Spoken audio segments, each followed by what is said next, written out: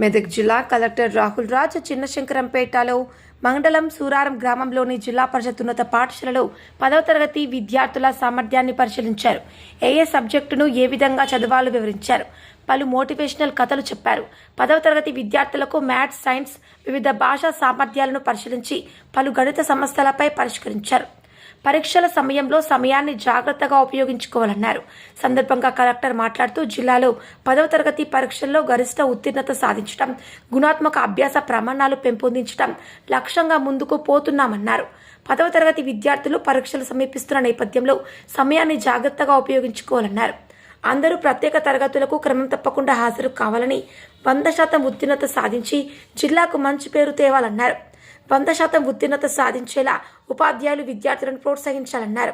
కార్యక్రమంలో ఉపాధ్యాయులు, సిబ్బంది పాల్గొన్నారు. దృశ్యం న్యూస్ ప్రతినిధి సిల్వర్ రాజేష్, మెదక్ జిల్లా. సో టోటల్ ఇంత సరిపోదు, ఇంకా దీన్ని కొద్దిగా పెంచాలి. సో దీంట్లో ఒక 5 మార్క్స్ వరకు పెంచుకుందాం.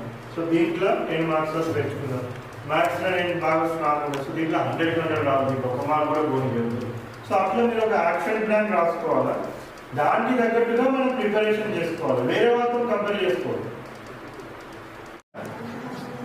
అందరు అర్జునుడు వీళ్ళందరూ కూడా పోయేసి ఆ బాణాలను ప్రాక్టీస్ చేస్తూ ఉంటారు. సో అర్జునుడికి ఏం కనిపిస్తుంది? ఉండేది ఎవరు?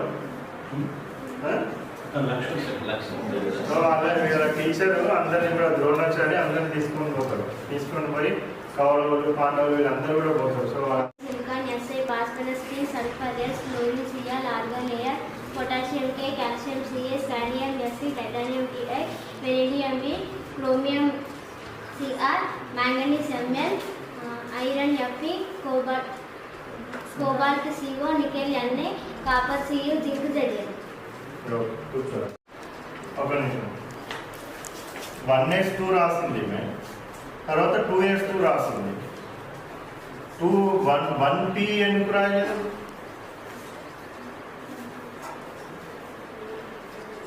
1s2 ఉంది కదా, మళ్ళీ 2s2 2p రాసింది. మరి 1s2 తర్వాత 1p కూడా రాయొచ్చు కదా. 1p ఎందుకు రాయలేదు?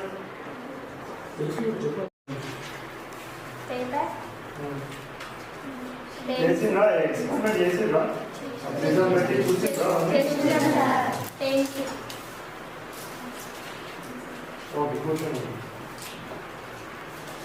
ఇప్పుడే ఎగ్జామ్స్ మనకి మార్చ్ 14. ఎంత టైం ఉంది?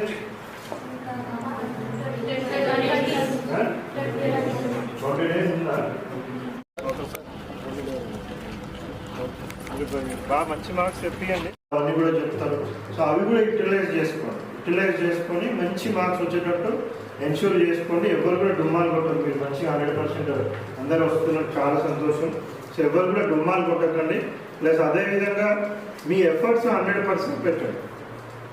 ఎఫర్ట్స్ ఎప్పుడన్నా కానీ మనం 100% పెట్టాలి. సో రిజల్ట్ మన చేతిలో ఉండదు.